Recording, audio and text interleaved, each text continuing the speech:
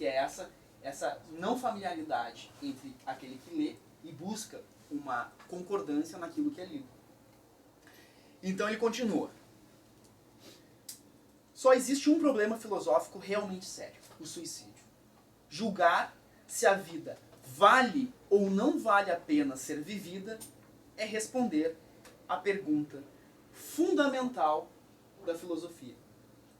O resto, se o mundo tem 3 dimensões, se o espírito tem 9 ou 12 categorias, vem depois. Trata-se de jogos. É preciso primeiro responder.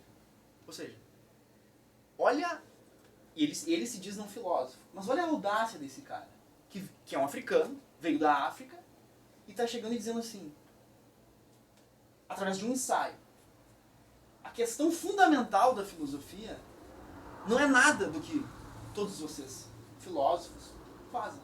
A questão fundamental da filosofia é julgar se a vida vale ou não vale a pena ser vivida.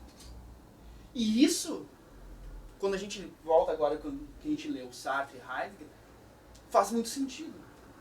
Porque, de fato, aquilo tudo que a gente, até os tratados que a gente faz para especular sobre a existência, mesmo dentro da perspectiva existencialista, o que eles nos dizem, de fato, sobre o valor da existência, sobre o valor da vida. E é esse o ponto que o Camus quer chegar.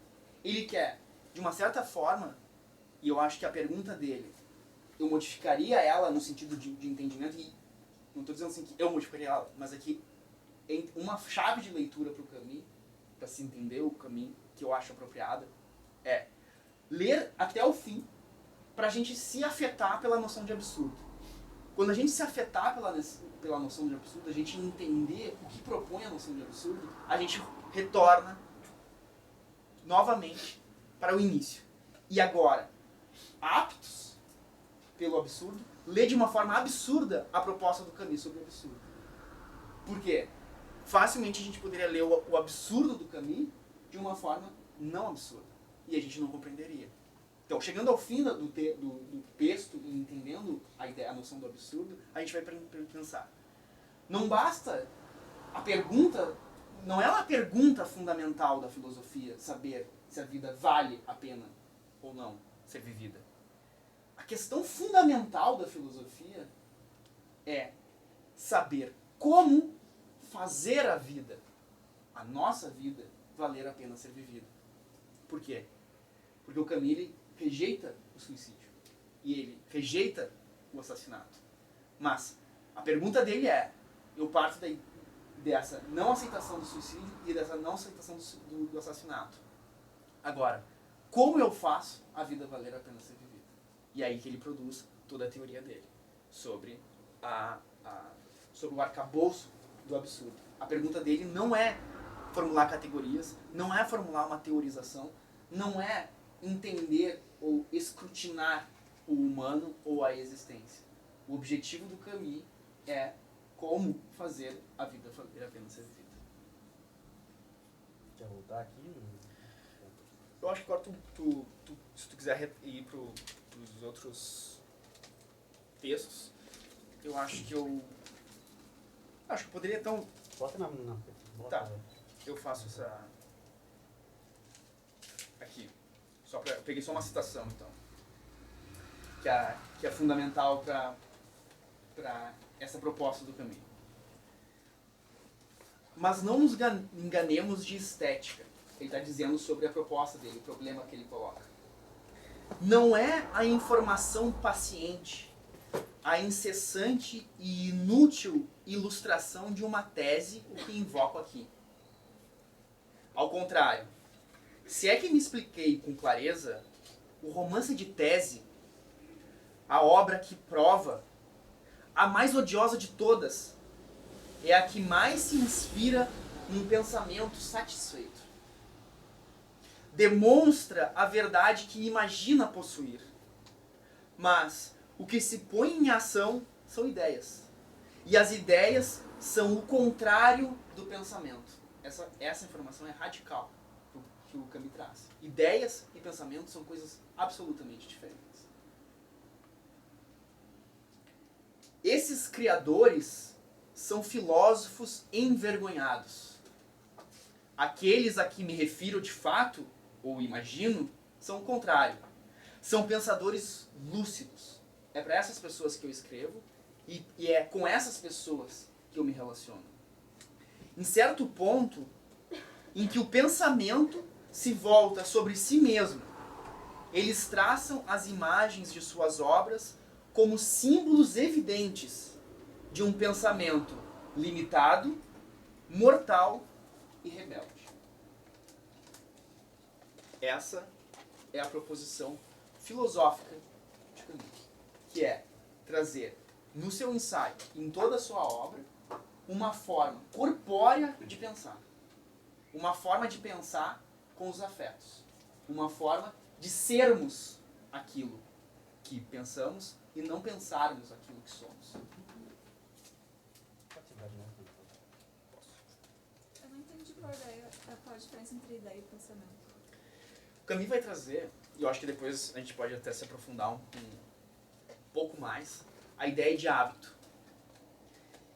Por exemplo, eu não vou entrar nisso agora, mas um pensador que eu estou me aproximando ultimamente, que é o Spinoza, e eu estou encontrando cada vez mais similaridades entre a proposição espinosista e a filosofia do Camus. Dentro dessa ideia de ideia e pensamento, a ideia estaria vinculada a hábito, aquilo que a gente adquire, ou dentro da psicologia, aos processos psicológicos básicos, memória, linguagem, etc, etc. Que são, na verdade, formas de aprendizagem do meio. De como nós nos comportamos usualmente no meio para termos mais felicidade e mais prazer e menos dor ou desprazer. Seria isso. O pensamento estaria muito vinculado, as ideias estariam muito mais vinculados àquilo que eu sei sobre as coisas, mas não sobre aquilo que eu tenho que fazer sobre elas. Sobre aquilo que exerce uma força irresistível sobre mim. E o pensamento é justamente essa ação de nós interferirmos nessa dimensão física, nessa dimensão carnal, e não a ideia. Que a gente pode dizer, o bem comum é a melhor coisa que existe. Se todas as pessoas puderem comer na África, é uma ideia que seria muito bom para todo mundo. Agora, qual a minha relação com essa ideia? Ela pode ser nula. Aí a gente vê nos nossos políticos isso. A transformação de ideias, o movimentar de ideias e o movimentar de grandes sistemas de ideias. E o pensamento não é isso. O pensamento é algo que está em mim, em ti, especificamente. É algo que acontece aqui e agora. E que produz ideias. Podem produzir ideias, ou não. Mas o pensamento ele é um processo que não.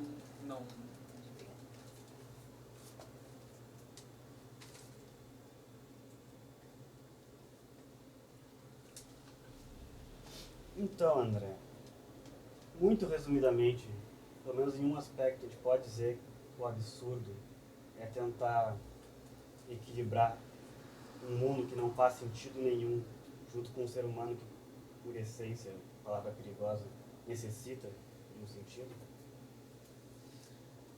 Isso é uma pergunta retórica ou uma pergunta?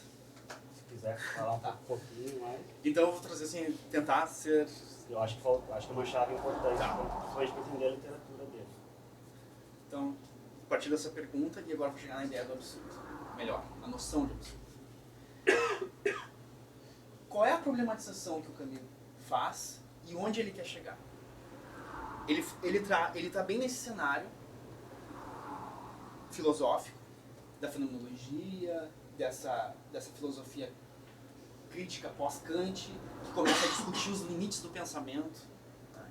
Porque até então, a guerra entre a filosofia se dava entre, de um lado, o realismo, e de um outro lado, que a gente poderia chamar ou o antirrealismo, numa perspectiva, ou o próprio idealismo. Mas, em termos gerais, o que seria? Uma perspectiva filosófica diria que o objeto, aquilo que está lá fora, sem dúvida nenhuma, é o que constrange a minha consciência e me faz pensar as coisas que eu penso. Isso seria uma perspectiva realista. De outro lado, teria assim, não. Na verdade, são a minha consciência que capta e produz e modela as coisas que parecem estar lá fora. E essa é a guerra. E não é fácil, não tem uma perspectiva muito ou não ingênua. É uma guerra difícil de a gente se posicionar se a gente for a fundo no que cada uma dessas correntes sustenta, os exemplos. Mas Kant chega arrombando a porta e diz assim, sobre uma perspectiva até um pouco que a gente pode pensar, uma perspectiva crítica sobre essa discussão epistemológica, que é o que está no centro, é uma questão epistemológica, o que a gente pode conhecer e como a gente pode saber que aquilo que a gente conhece é verdadeiro. Essa é a questão da epistemologia, e aí um vai dizer da parte do realismo, outra corrente vão dizer a partir do idealismo. Agora, independentemente de qual postura a gente acha mais conveniente, um fato a gente não pode negar, que independentemente de qual corrente que a gente se vincule, as coisas ou as ideias mudam sobre o que tem no objeto, e às vezes os objetos que a gente acha lá fora também mudam. Então, se tem mudança, o que acontece? Porque se é tudo ideal e a gente concorda, é a ideia, a câmera está ali, por que em algum momento pode não está? Por que vai existir discordância sobre isso, se não tem algo que resiste, seja na consciência, seja lá no objeto? E aí o Kant vai chegar e vai dizer, então não, na verdade são duas coisas, não é uma ou outra. Na verdade tem a coisa lá fora, mas a gente não tem acesso, que é o que o Lua falou. Agora, a gente não tem acesso porque a gente tem estruturas prévias na nossa consciência que vão buscar aquilo que está lá fora. Então existe uma relação entre a consciência que busca e o objeto que é encontrado. Só que, no caminhar da filosofia, Husserl vai dizer assim, bom, tá certo isso, mas ainda assim tem um subjetivismo. No fim das contas, quem diz é o sujeito, ainda está pendendo mais pro lado do idealismo do que do realismo. E assim fica a filosofia. E Habermas, que é um outro filósofo, diz assim, se fosse feito um tribunal sobre a filosofia, para julgar os temas da filosofia, sem dúvida nenhuma, a questão da epistemologia seria a principal questão da filosofia. Tá, foi por todos os caminhos que eu não iria, deixa eu... Tá, mas aí onde é que eu vou chegar com a ideia do absurdo? Que é o que o caminho vai chegar e vai dizer assim, tá bom, a gente está discutindo esses vários pontos, sobre como é que a gente conhece, se o que a gente conhece está lá fora, ou o que está aqui dentro, ou se tem uma conjunção, ou se a consciência de alguma coisa, e as coisas são simultâneas, etc. Agora me diz uma coisa, no fim das contas, todas as teorias que a gente teoriza sobre a epistemologia, já não são elas teorizadas pelo próprio sujeito que quer a resposta? Ou seja, o sujeito que pergunta já não pergunta tudo aquilo que ele pode perguntar. E, portanto, ele está limitado, não vou nem chegar na questão do objeto lá fora, da consciência, mas a própria forma de perguntar já não determina, de alguma forma, as respostas que eu posso ter. E essa é a questão do que o Camus vai problematizar. Quem disse, antes da gente se perguntar sobre o mundo, que o mundo se interessa e dá respostas para nós? Quem é que respondeu isso? E se alguém respondeu isso, essa pessoa respondeu para quem? Não foi para um de nós? E se respondeu para um de nós, não é porque a gente tinha, de alguma forma, uma comunicação possível, ou seja, a gente não compartilhava em algum nível de uma razoabilidade, de uma racionalidade comum? Agora, o mundo, ele é comum a nós? Será que o mundo se importa com a gente? Será que, menos se o nosso conhecimento é verdadeiro ou não, se existe a verdade ou não, a gente já se perguntou se isso é uma questão nossa ou se isso é uma questão do mundo? E o absurdo começa com isso, que é, a gente pergunta o que a gente quiser. Mas a gente recebe as respostas que a gente pode ter. Agora, qual critério que vai dizer que as respostas que a gente está tendo não são interferências nossas, da nossa possibilidade de perguntar? E aí o Camus vai colocar. O absurdo nada mais é do que, diante desse anseio, dessa agonia, dessa necessidade suprema que todos nós temos de obter uma resposta final e uma resposta sem a qual a gente não pode viver, diante dessa tensão, dessa necessidade, o mundo se cala. Eu não posso viver sem uma resposta. Eu preciso saber se eu posso saber. Eu preciso saber se a verdade existe. Eu preciso dessa resposta, mais do que tudo. Mas o mundo se cala. E aí, para eu terminar essa primeira explanação sobre o absurdo, o que facilita para a gente começar a transitar nessa ideia do absurdo, que não é uma ideia, mas que é uma noção, que é uma sensação do absurdo, é a própria etimologia da palavra absurdo. Nós, modernos, ocidentais, sempre que nos somos deparados com a ideia de absurdo, isso é um absurdo. Como é que a pessoa fez isso? É um absurdo que o fulano fez, é um absurdo que o Beltrano fez. O que tem? O que significa isso? E é muitas vezes a chave de interpretação do Camus. A gente vai com essa chave. É aquilo que não faz sentido. Aquilo que é não razoável. Aquilo que deveria ser de outro jeito, mas foi assim. Aquilo que foi desarrazoado, desproporcional. O Camus faz imagens assim. Ele fala, tu quer saber do absurdo? O absurdo é um sujeito indo com uma faca contra uma metralhadora. Isso é absurdo. A gente entende isso. Isso é absurdo porque não é lógico, não é racional. Só que tudo isso que a gente normalmente compreende, essa compreensão do absurdo, a gente toma a etimologia do absurdo como se ele se remetesse a uma variante grega, que é alogos, que é não razoável. E entendendo logos não como discurso,